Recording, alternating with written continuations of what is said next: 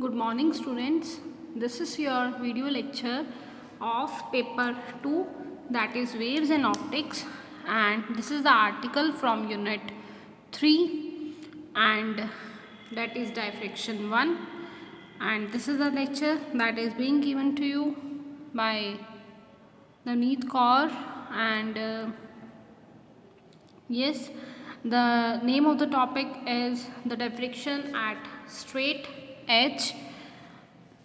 So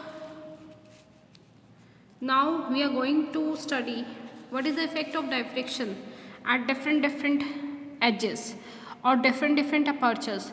Like you can take straight edge also, or you can take two rectangular aperture also, or you can also take the circular aperture also. ठीक है, तो कह रहे हैं diffraction at a straight edge जब आपने study करना है, ये है आपके पास स्ट्रेट एज। ये एक एज सोर्स है, सोर्स से एज तक का डिफरेंस का डिस्टेंस, सोर्स से एज तक का डिस्टेंस ए है और एज से स्क्रीन तक का डिस्टेंस जिस पे आप पैटर्न ऑब्टेन करेंगे उसका डिस्टेंस बी है। ठीक है, ये एक स्फेरिकल वेव फ्रंट आ रही है एक्स वाई, एस सोर्स से मोनोक्रोमेटिक लाइट आ रही है, फिर स्फेरिकल वेव्स आगे ट्रेवल कर रही हैं, फिर स्फेरिकल वेव इस जो अपर्चर है आपका यहाँ से बेंड हो जाएगी और ये आगे ट्रेवल करेगी। हमें पता है यहाँ से तो ये ओपन टू लाइट है, इसलिए आपका यहाँ पर तो आपके पास पैटर्न ऑब्टेन होगा और इसके नीचे ड्यू टू इसकी ज्योमेट्रिकल शैडो रीजन ऑब्जर्व होगा, क्योंकि यहाँ पर हमने लाइट को ऑब्स्ट्रक्ट किया हुआ है, यहाँ से लाइट को रोका हुआ है।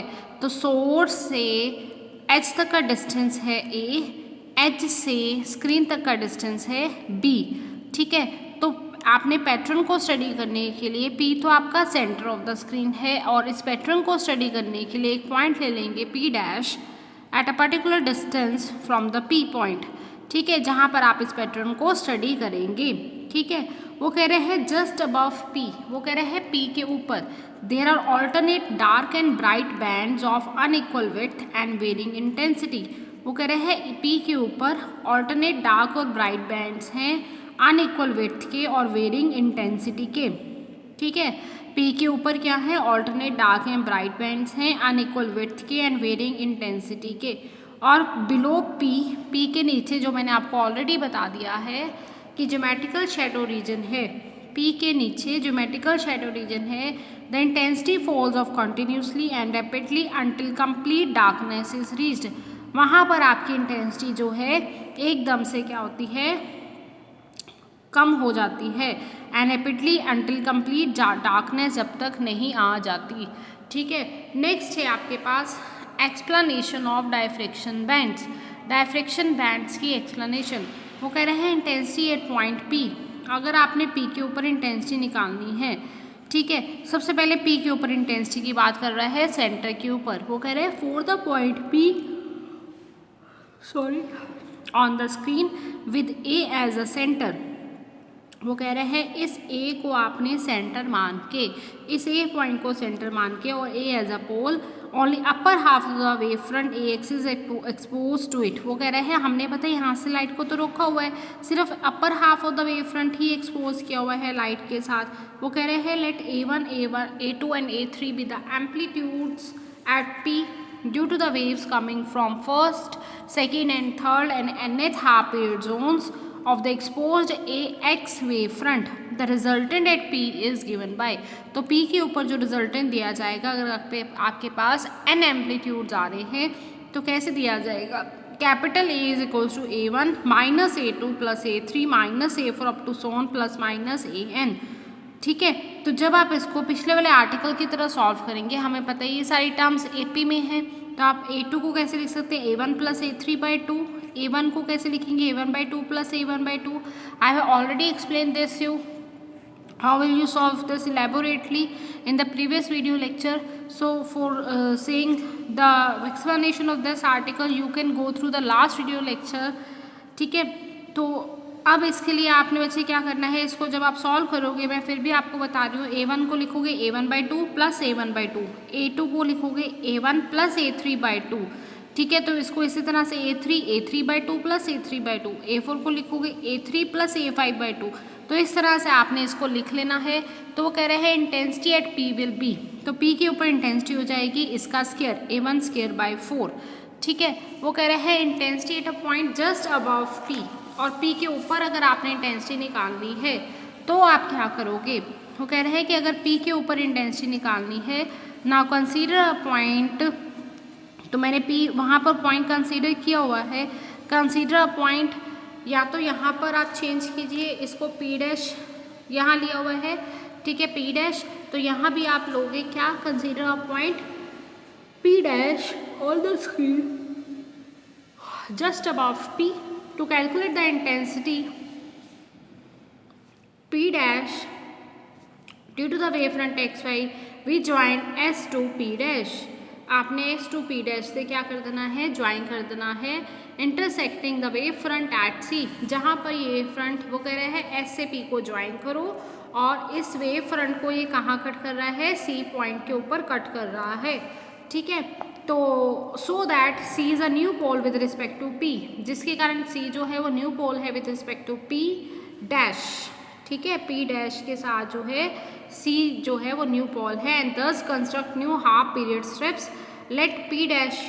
अब वो कह रहे हैं जो P डैश है ना उसका डिस्टेंस कितना है, x1 है, ये सारा P dash P dash P dash ही आएगा, क्योंकि आपने यहाँ पर डायग्राम में P डैश अजम्पशन दी हुई है। अगर आप नीचे भी लिख सकते हैं, आपकी मर्जी, अजम्पशन आप जो मर्जी लो, लेकिन आपने जो यहाँ ली है वही यहाँ एक्सप्लेनेशन में भी आप एक्सप्लेन करोगे। तो वो कह रहे हैं जो P डैश पॉइंट है सेंटर से वो x1 डिस्टेंस पे है, वो कह रहे हैं जो P1 है वो x1 डिस्टेंस से है फ्रॉम P, ठीक है। तो ये हमारे पास यहाँ पर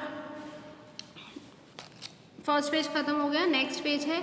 वो कह रहे हैं इस तरह से आपने डिस्टेंस जो है वो सेट किया है such that only 1 HP strip of wave front, ठीक है, कि आपकी एक ही HP स्ट्रिप आ रही है, C is exposed, therefore resultant amplitude at A at P will be equals to the sum और the resultant amplitude at A due to upper half of the wave front CX। वो कह रहे हैं P के कारण जो एक अपर half of the wave front के कारण आ रहा है, वो जो फर्स्ट एक्सपोज HP स्ट्रिप आ रही है, आपने इस तरह से उसको एडजस्ट किया है, उस कारण आ रही है। तो आपके पास रिजल्टेंट किससे दिया जाएगा, A1/2 तो हमने निकाल ही दिया था सेंटर के ऊपर, वो तो आएगा ही आएगा, और सिर्फ एक ही एम्पलीट्यूड आ रहा था जिसके कारण A1 प्लस हो जाएगा, ठीक है। हमें पता है ओड के आगे प्लस का साइन आना है, इवन के आगे माइनस का साइन आना है, ये हमने पहले ही डिराइव कर लिया हुआ है। तो A1/2 प्लस A1 जब सॉल्व करोगे तो आएगा 3A1/2। अब इसके लिए इंटेंसिटी जब निकालेंगे तो इसका स्क्वायर हो जाएगा, कितना आएगा, 9/4 A1 square, that is maximum. तो आगे वो कह रहा है if you move the point on the screen such that, इस तरह से पॉइंट आप मूव करोगे, now along with upper half wave front 2 HB strips of lower half are exposed half C and A, then resultant amplitude at P2 will be. वो कह रहे हैं अब आपने इस तरह से जो है एक्सपोज करना है वेव फ्रंट को कि आपके पास 2 HP स्ट्रिप्स आ रही हैं। तो हमें पता है अब नया एम्पलीट्यूड आपने A2 से दे दिया, नया एम्पलीट्यूड आपने डिनोट करना है A2 से। अब सेंटर पे P के ऊपर तो A1/2 आएगा, ये आपको पता चल गया, ये हमने डिराइव भी किया हुआ है। अब 2 स्ट्रिप्स आने के कारण तो कितना आ जाएगा, A1 माइनस A2, रिजल्टेंट क्या है, देखो फाइनल हमारे पास माइनस हो रहा है, तो आपके पास इंटेंसिटी क्या होती है, स्क्वायर ऑफ द एम्पलीट्यूड, इसका स्क्वायर कर देंगे, ये आ जाएगा, दैट इज मिनिमा। अब वो कह रहे हैं इसी तरह से अगर CA कंटेन्स 3 और 4 स्ट्रिप्स, अगर 3 स्ट्रिप्स कंटेन करेगा 3 और 4, तो उस केस में क्या होगा, पहले plus maxima again minima again maxima, तो इस केस में भी आपके पास क्या मिलेगा, मैक्सिमा मिलेगा। इस तरह से आपने दोबारा इंटेंसिटी निकाल देनी है स्क्वायर ऑफ द एम्पलीट्यूड करके। फिर वो कह रहे हैं अगर 4 स्ट्रिप से इंक्लूड कर रहा है, ठीक है, तो यहाँ पर आपके पास अगर एम्पलीट्यूड निकाल लेंगे A4, हमें पता है पहले मैक्सिमा मिनिमा मैक्सिमा मिनिमा, तो आपके पास इंटेंसिटी क्या हो जाएगी, again minima. It is clear that intensity at a point above P will be maximum if the number of HP strips enclose between C and A are odd. तो आपने देखा है इंटेंसिटी जो है आपके पास मैक्सिमम है अगर number of HP strips enclose between C and A are odd. यहाँ पर नंबर ऑफ HP स्ट्रिप्स थी ऑड इन नंबर, तो हमारे पास मैक्सिमम बना। यहाँ नंबर ऑफ HP स्ट्रिप्स थी इवन इन नंबर, तो हमारे पास मिनिमम बना। अगेन ऑड इन नंबर 1 2 3, तो maxima. Again even in number, तो आप देख सकते हैं जब आपने number of HP strips even in number लिए 1 2 3 4, तो आपके पास क्या बन रहा है, मिनिमा बन रहा है। और जब ऑड नंबर लिए 3 तो आपके पास मैक्सिमा बन रहा है। ये लाइन लिखने इसमें यही कंक्लूजन निकला है, तो ये लिखना बहुत ज़रूरी है, ठीक है। उसके बाद आपके पास वो कह रहे हैं मिनिमम होगा if number of HP strips exposed are even, ठीक है। द इंटेंसिटी ऑफ मैक्सिमा, हमें पता है जैसे जैसे सेंटर से हम दूर जाएंगे, P पॉइंट से अवे जाएंगे P डैश की तरफ, तो वैसे वैसे इंटेंसिटी मैक्सिमा की कम होती जाएगी और मिनिमा की बढ़ती जाएगी, मतलब डार्कनेस बढ़ती जाएगी और इंटेंसिटी कम होती जाएगी। ये हमने 3 कंक्लूजन इसमें निकाले। अब निकाल रहा है, हमें निकालनी है positions of maxima and minima. तो जब आपने पोजीशन निकालनी है मैक्सिमा मिनिमा की, तो उसके लिए आपको फिर क्या निकालना पड़ेगा, पार्ट डिफरेंस निकालना पड़ेगा। तो इसके लिए आपको फिर क्या सब्ट्रैक्ट करना पड़ेगा, यहाँ पे लिखोगे P डैश A, ठीक है। तो यहाँ आपको फिर ये अजम्पशन जो है आपके लिए, अगर डायग्राम चेंज करना चाहते हैं तो यहाँ पर डायग्राम आप चेंज कर सकते हैं, नहीं तो इसी में करेक्शन कर देंगे हम। देखो कि यहाँ पर आपके पास है एक पॉइंट लिया हुआ है P डैश, तो आपने पार्ट डिफरेंस कैसे निकाल लेंगे, P dash A minus P dash C। तो यहाँ आ जाएगा P dash A minus P dash C। अगर P dash A minus P dash C odd multiple के इक्वल होता है तो आपने अभी निकाला मैक्सिमा बनेगा। अगर P dash A minus P dash C n into lambda के इक्वल होगा तो मिनिमा की कंडीशन सेटिस्फाई होगी। अब वो कह रहे हैं इसी डायग्राम में दोबारा से वापस आते हैं, आपने ऐसे को अज्यूम करना है, एस ए आपका आ जाएगा ए पी आ जाएगा B, S C again same है, radius this is a again this is again ray, ठीक है। और ए पी आपके पास बी आ गया, तो पी डैश कितना आ जाएगा एक्स। यहाँ पर अजम्पशन जो ली हुई है वो है आपके पास x, तो अजम्पशन यहाँ पर आ जाएगी x जो सेंटर से डिस्टेंस है। The path difference will be, path difference मुझे पता है A P dash minus C P dash, तो ये आपके पास इसकी जो है वो अजम्पशन आ जाएगी, ठीक है। अब मुझे इसमें पाइथागोरस सम लगानी है। देखिए ए पी डैश ये रहा ट्रायंगल, तो इसमें कैसे लगाएंगे, hypotenuse square is equals to x का स्क्वायर प्लस बेस का square, hypotenuse square is equals to perpendicular square plus base square, तो ये आ जाएगा। और अगर इस बड़े वाले ट्रायंगल में लगाएंगे एस पी डैश की वैल्यू निकाल लेंगे, तो मेरे पास एस पी डैश का square is equals to x का square plus a plus b का स्क्वायर, तो ये आपके पास आ जाएगा, ठीक है। और मुझे किसकी वैल्यू चाहिए, ए पी डैश की तो निकल गई पाइथागोरस से, और इसकी निकालनी है आपने सी पी डैश की। तो सी पी डैश की देखिए वैल्यू कैसे आएगी, सी पी डैश के लिए कोई राइट एंगल ट्रायंगल नहीं बन रहा है, इसकी वैल्यू डायरेक्टली नहीं निकलेगी, इसकी वैल्यू आपको इनडायरेक्टली निकालनी पड़ेगी। कैसे निकालेंगे, इस पूरे बड़े वाले इसमें से एस पी डैश में से एस सी को माइनस करवा देंगे। एस पी डैश तो आपका निकल ही गया पाइथागोरस थ्योरम से, ठीक है, कि आपके पास x square plus a plus b का होल स्क्वायर के इक्वल आएगा, और एस सी की वैल्यू है ए, तो इसकी नॉन वैल्यूज आप पुट करवा देंगे तो आपके पास सी पी डैश की वैल्यू निकल के आ जाएगी, तो ये आ जाएगा आपके पास। अब यहाँ से इसको जैसे हमने पिछले बार भी आर्टिकल सॉल्व किया था उस तरह से ये आर्टिकल सॉल्व हो जाएगा। बी स्क्वायर कॉमन लेना, जब बी स्क्वायर कॉमन लोगे तो इसकी पावर 1/2 भी है वो भी कॉमन आएगी, तो 2 से 1/2 कैंसिल हो जाएगा, तो सिर्फ बी बचेगा, 1 कॉमन चला गया, x square plus b square की पावर 1/2, इधर से ए प्लस बी गया, ये आ गया, ठीक है। इसको जब आप सॉल्व करेंगे तो मुझे पता है सिंस एक्स बाई बी और x by a plus b is very very less than a, so by making binomial expansion neglecting higher terms को नेग्लेक्ट कर देंगे, तो आपके पास हमें पता है 1 प्लस एक्स की पावर अगर n है तो बायनोमियल एक्सपेंशन से 1 प्लस n इंटू एक्स हो जाएगा, इसलिए हाफ जो पावर थी वो साथ मल्टीप्लाई में आ जाएगी। सेम ऊपर वाला एज इट इज हमने ऐसे सॉल्व कर देना है। यहाँ से आप इसको जो है कैंसिल, जो माइनस ए प्लस ए से कैंसिल हो जाएगा, माइनस बी प्लस बी से यहाँ से कैंसिल हो जाएगा, तो आपके पास ये टर्म्स बचेंगी।